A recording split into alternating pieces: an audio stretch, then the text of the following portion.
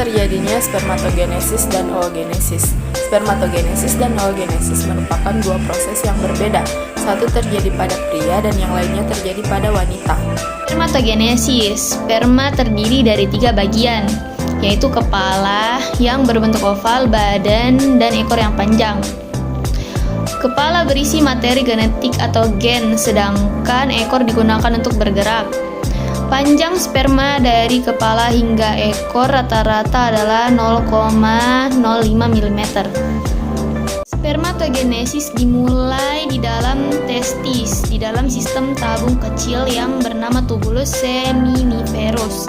Sel awal sperma yang berbentuk lingkaran berkembang hingga bentuknya menyerupai kecebong.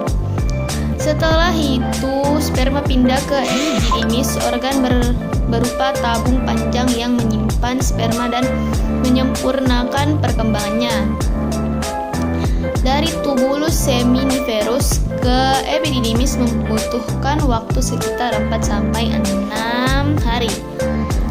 Dari epididymis, sperma bergerak lagi ke vas deferens atau saluran sperma untuk bercampur dengan air mani. Ketika ejakulasi, sperma yang dilepaskan oleh pria berjumlah hampir 100 juta. Namun, hanya dibutuhkan 1 sperma untuk membuahi sel telur hingga berkembang menjadi janin di dalam rahim. 1 jam setelah ejakulasi, setidaknya 32% sperma akan mati. Namun, sperma bisa hidup dan bertahan di dalam tubuh wanita hingga 5 hari. Pengertian oogenesis. Oogenesis adalah proses pembentukan dan perkembangan sel telur atau ovum. Proses oogenesis terjadi di dalam ovarium. Siklus oogenesis dimulai sejak bayi masih berada di dalam kandungan ketika organ kelamin sudah berbentuk. Tahapan oogenesis. Oogenesis sebenarnya sudah terjadi sejak bayi masih berusia 5 bulan dalam kandungan. Proses oogenesis berlanjut hingga oosit primer membelah secara meiosis pada saat bayi berusia 6 bulan. Akan tetapi, proses ini tidak dilanjutkan sehingga oosit primer dalam keadaan dorman atau istirahat. Di dalam ovarium terdapat sel induk telur yang dinamakan oogonium.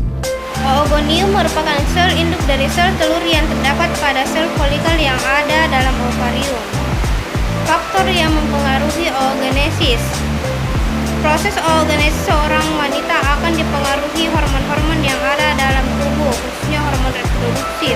Hormon-hormon reproduksi yang berpengaruh terhadap proses oogenesis adalah sebagai berikut. Pertama, hormon FSH berfungsi untuk merangsang terjadinya ovulasi. 2. Hormon LH berfungsi sebagai merangsang ovulasi. 3. Hormon estrogen berfungsi untuk membantu pematangan folikel dan merangsang pertumbuhan alat kelamin sekunder. 4. Hormon progesteron berfungsi untuk menebalkan dinding endometrium yang berperan dalam keseluruhan ovum. Menjelaskan perbedaan spermatogenesis dan oogenesis. Spermatogenesis yaitu pembentukan sel sperma, sementara oogenesis yaitu pembentukan sel telur. Spermatogenesis terjadi di testis pria, sementara oogenesis terjadi di ovarium wanita. Spermatogenesis berlangsung dari masa pubertas hingga akhir usia, sementara oogenesis dimulai ketika wanita masih janin di dalam kandungan, berhenti sejenak saat bayi dan masa kanak-kanak, dan dimulai lagi setelah masa pubertas. Dari masa pertumbuhannya, spermatogenesis masa pertumbuhannya pendek, sementara oogenesis masa pertumbuhannya panjang. Nah, dari kedua proses di ataslah manusia dapat tercipta. Jika terjadi suatu masalah dalam proses spermatogenesis dan oogenesis, kesuburan seseorang dapat terganggu.